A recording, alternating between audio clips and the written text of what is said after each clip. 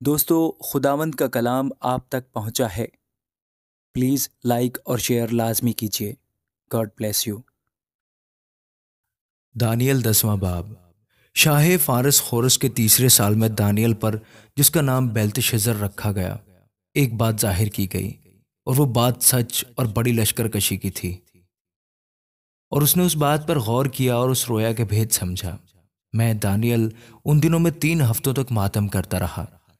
میں نے لذیذ کھانا کھایا نہ گوشت، اور میں نے میرے منہ میں دخل پایا، اور نہ میں نے تیل ملا، جب تک کہ پورے 3 ہفتے نہ گزر گئے۔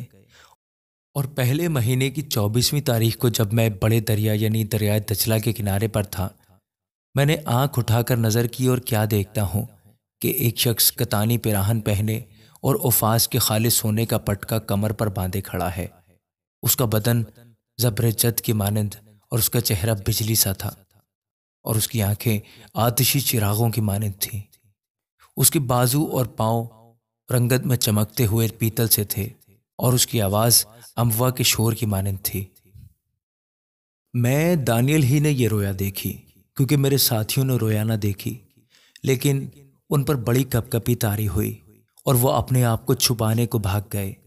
سو میں اکیلا رہ گیا اور یہ بڑی رویا دیکھی، اور مجھ میں تاب نہ رہی، کیونکہ میری تازگی پس مردگی میں بدل گئی، اور میری طاقت جاتی رہی۔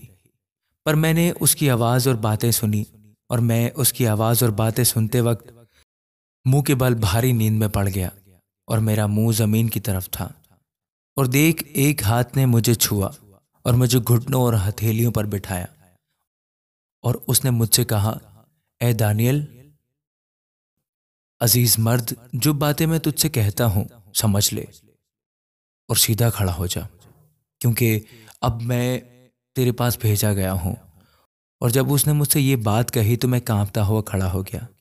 تب اس نے مجھ سے کہا، اے دانیل، خوف نہ کر، کیونکہ جس روز سے تو نے دل لگایا کہ سمجھے اور اپنے خدا کے حضور عاجزی کرے، تیری باتیں سنی گئیں، اور تیری باتوں کے سبب سے میں آیا ہوں۔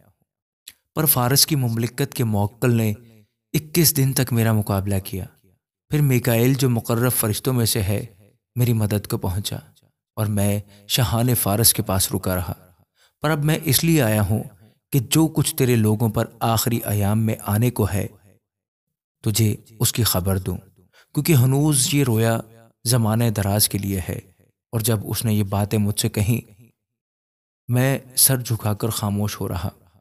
تب کسی نے، جو آدم زاد کی مانند تھا، میرے ہونٹوں کو چھوا، اور میں نے منہ کھولا، اور جب وہ میرے سامنے کھڑا تھا، اس نے کہا، اے خداوند، اس رویا کے سبب سے مجھ پر غم کا ہجوم ہے، اور میں ناتواں ہوں۔ پس یہ خادم اپنے خداوند سے کیوں کر ہم کلام ہو سکتا ہے؟ پس میں بالکل بے تاب و بے دم ہو گیا۔ تب ایک اور نے، جس کی صورت آدمی کی سی تھی، آ کر مجھ سے چھوا اور مجھے تقویت دی، اور اس نے کہا، اے عزیز مرد، خوف نہ کر، تیری سلامتی ہو، مضبوط و توانا ہو۔ اور جب اس نے مجھ سے یہ کہا تو میں نے توانائی پائی، اور کہا، اے میرے خداوند، فرما، کیونکہ تو ہی نے مجھے قوت بخشی ہے۔